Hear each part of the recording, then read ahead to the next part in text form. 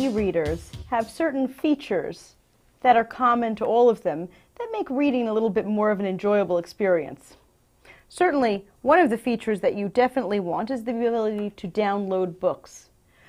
Now, books can be downloaded from either Amazon or Kindle, and besides purchasing books, there are many free books that are available as well, including all of the classics, sometimes sample books, perhaps the first book in a series as they're trying to entice you to read the rest of the series. There are all sorts of books that are available, and each of these devices has a way of downloading the books. Of course, before you do that, you do need to be someplace where you have an internet connection. So if you have an e-reader that is Wi-Fi enabled, as all of them are, then you need to be someplace where you have a wireless network to connect to. If you have a 3G e-reader, then you can connect just about any place. So that would be our first thing, is to download books. We also want the ability of making notations on the page, maybe making notes, the equivalent of folding down the corner of a page, maybe even looking up what words mean. And finally, all of these different e-readers have the ability to adjust the font size, meaning the text, how large or how small things are. So let's look at some of the various e-readers and see how they go about doing these things. On this iPad here, I'm in the iBooks app. I mentioned that on an iPad you can actually get Kindle or iBooks or even a Nook. It's very simple. If you were in iBooks, to purchase more things, you would simply click where it says Store. And instantly you'll be sent into the store to purchase more books. If you were on the Kindle app, you'd be able to do the same thing and hit onto a shop. If you were using a Nook device, one of our choices on the home screen is to go shopping for more books. Here we go. Library, shop. Library is going to show all the things we already have. There they are.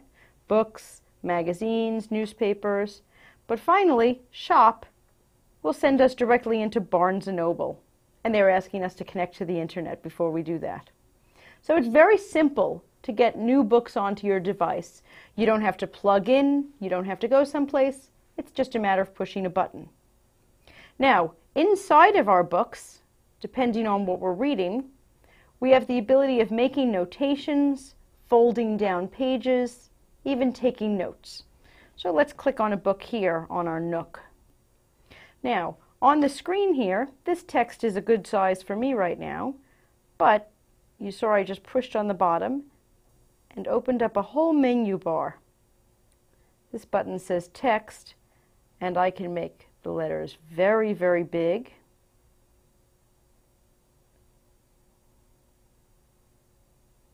Or very, very small. There's the large ones. I think that's even a little too large for me. I'll probably pick a medium-sized letter. I can also choose on the Nook whether I want a white background or a sepia background, a little brownish, might be a little easier on the eyes. They have different fonts that I can choose from depending on my preference.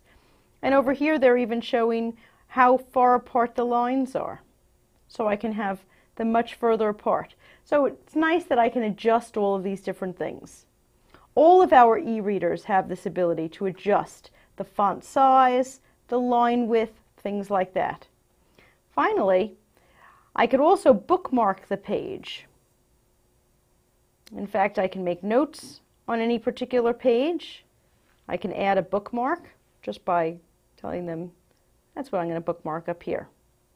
And then later, if I want to go back in and find my bookmarks, I can do that.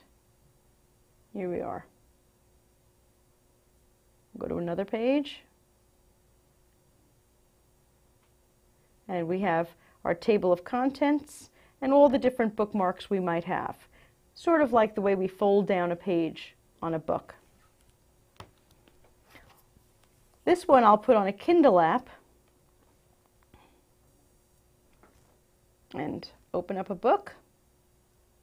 And here we go. If I wanted to bookmark one of these pages, I would simply tap right in the corner, and there's my bookmark. If I wanted to change the size, you'll see I tapped down here where it was blank. And here is my font size, large, small. I can have a black background with white lettering, a white background with black lettering, whatever I want. I can even adjust the brightness. So whether you opt for an e-ink e-reader or a full color e-reader, you'll be able to adjust all of these settings having to do with the size of the font, the shading, and purchase new books. They all have the similar features. It's just a matter of finding where the right button is. Next, we'll have some questions from our viewers all about e-readers.